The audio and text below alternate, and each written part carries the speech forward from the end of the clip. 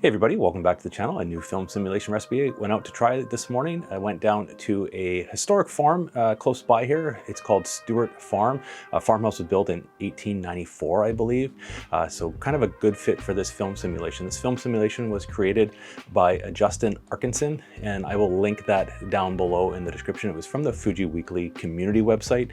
Great bunch of film simulations on that page. So make sure you do check that out. I will link to this recipe, but do check out the other recipes that are on that page as well. So this is a neat one. This is called Venice Expired.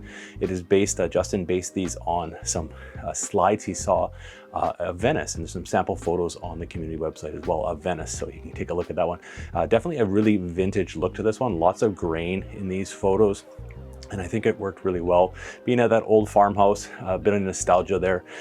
All these photos taken are using my X100v, and they are JPEGs just straight out of the camera, so I hope you enjoy these sample images. As always, I will leave the recipe down in the description below if you want to check this out. One thing to note about this film simulation is it uses clarity, and what that will do, that will slow your camera down because it takes a little bit of time to process. Not a bad thing, kind of slows your shooting down as well, but it is normal when you take a picture. If you're first time using a recipe with some clarity in it, it takes a second or two to process that JPEG in your camera. Hope you enjoy.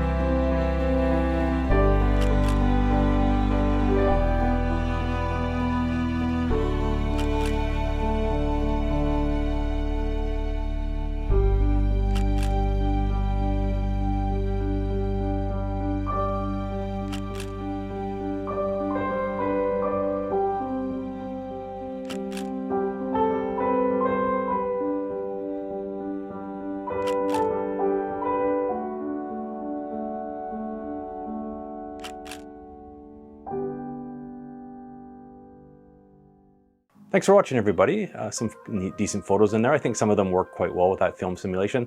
Definitely, like I said, very, very grainy. You can adjust that if you don't like so much grain in there. You know, go ahead, feel free to adjust these recipes to your liking as well. They're not necessarily written in stone by any means. I do get a lot of comments about that, but it's like a cooking recipe, I guess would be the best thing to describe these things. Feel free to change them around.